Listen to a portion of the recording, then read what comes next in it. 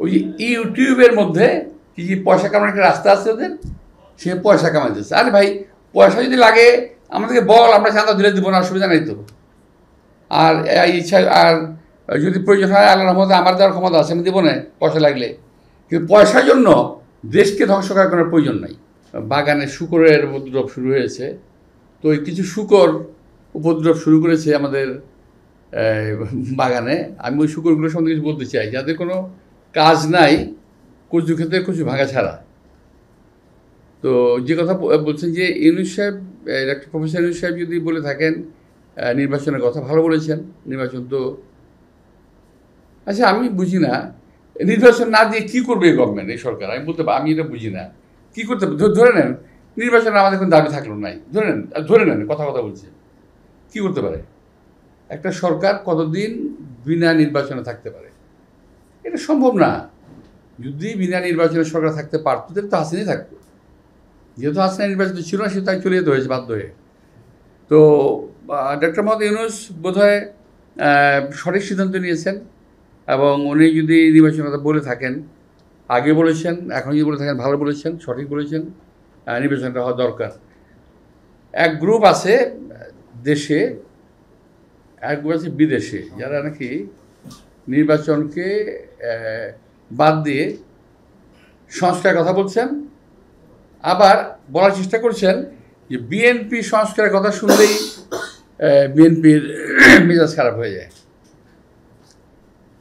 আমি এখানে আমার একটু তীব্র আপত্তি আমাদের, যে বিএনপি কখনো সংস্কারের বিপক্ষে নয়। বিএনপি বরাবর সংস্কারের পক্ষে, একই সঙ্গে বিএনপি নির্বাচনের পক্ষে।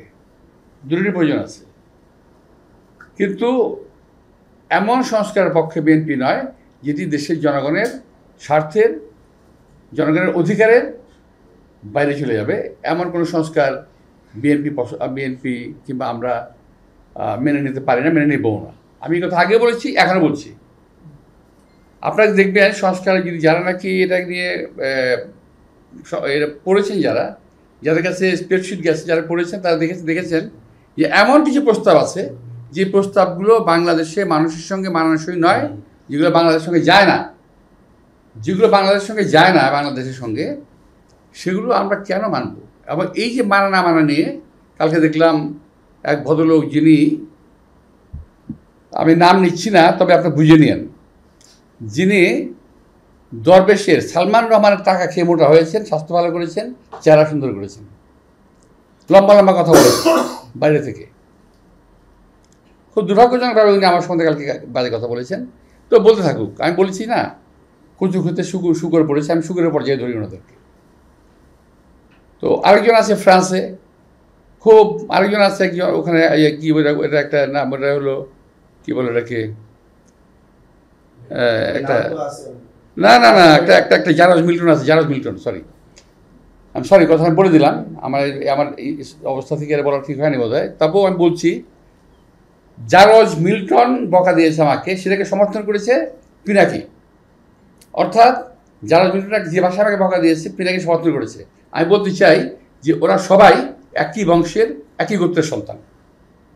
কোনো ভদ্রলোককে এভাবে গালি দিতে পারে না। আমি ঢাকার মানুষ,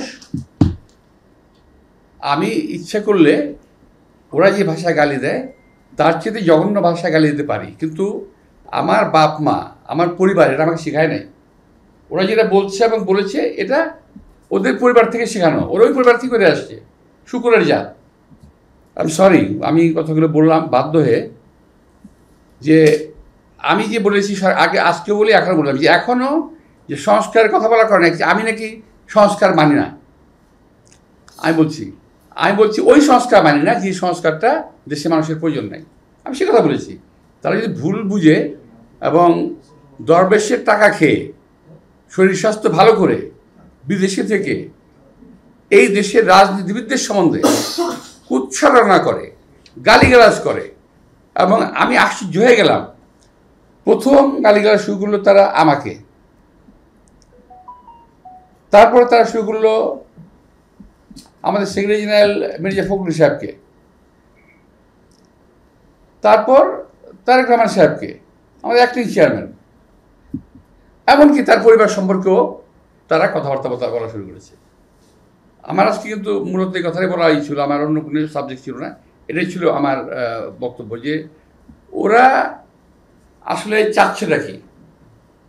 ওরা বিএনপিকে কিংবা আওয়ামী লীগকে কিংবা অন্য কাউকে ওরা ভালোবাসে না, ওরা ভালোবাসে ভারতকে। ওরা এই দেশে যাতে ভারতের আধিপত্য বিস্তার হয় এবং ভারত যাতে এই দেশে কায়েমি স্বার্থবাদী গোষ্ঠীকে বসাতে পারে, ওই সমস্ত লোকদের জন্য এরা কাজ করতেছে।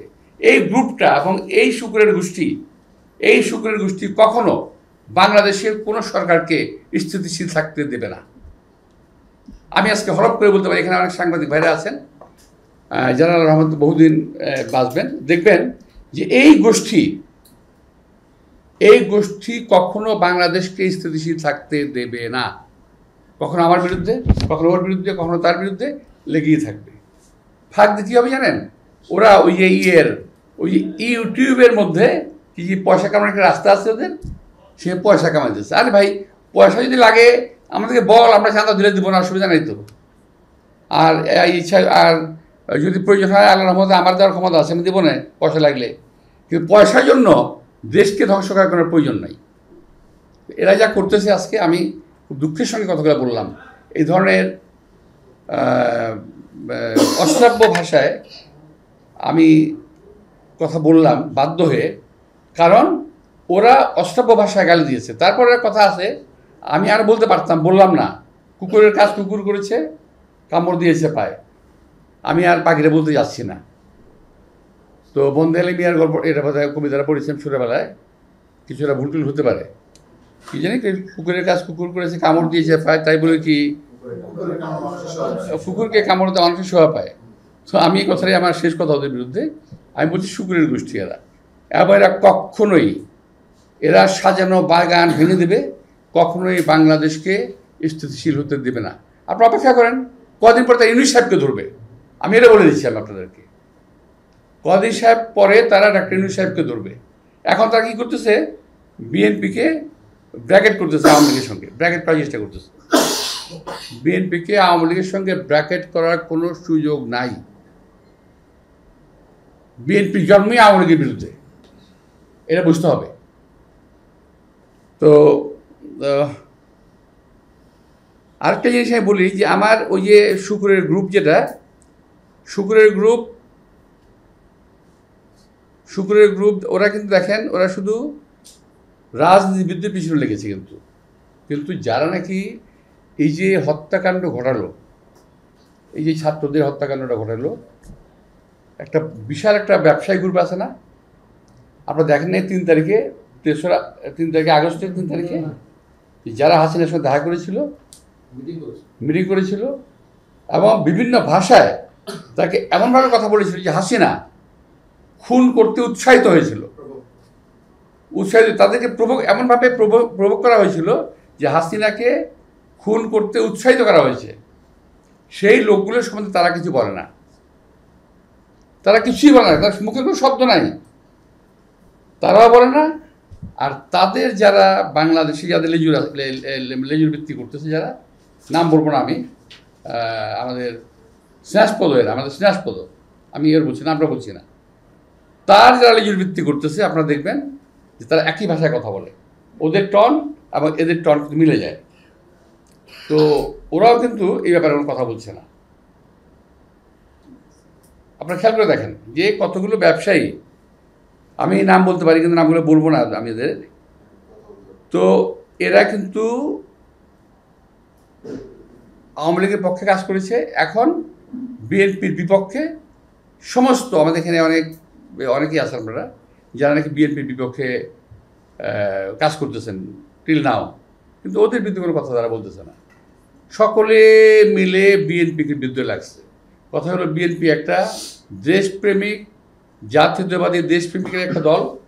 এই দলটাকে যদি শেষ করা যায়, তাহলে ফ্যাসিজম এবং আধিপত্যবাদকে বাংলাদেশে পার্মানেন্ট করা যাবে। এই হলো তাদের টার্গেট। আর একটাই বিষয় আমি আরেকটা বলতে চাই যে আপনারা খেয়াল করে দেখবেন, বিএনপির সঙ্গে আওয়ামী লীগকে ট্যাগ করতেছে, কিন্তু আমার কথা হলো যদি বিএনপি আওয়ামী লীগের সঙ্গে বিএনপিকে ট্র্যাক করে, তা আওয়ামী লীগের নেতারা গ্রেপ্তার হওয়ার পরও, এই সময় মার্ডার কেস সহ গ্রেপ্তার হওয়ার পরও কি হয়, মুক্তি পায় কীভাবে? তারা কীভাবে মুক্তি পেল?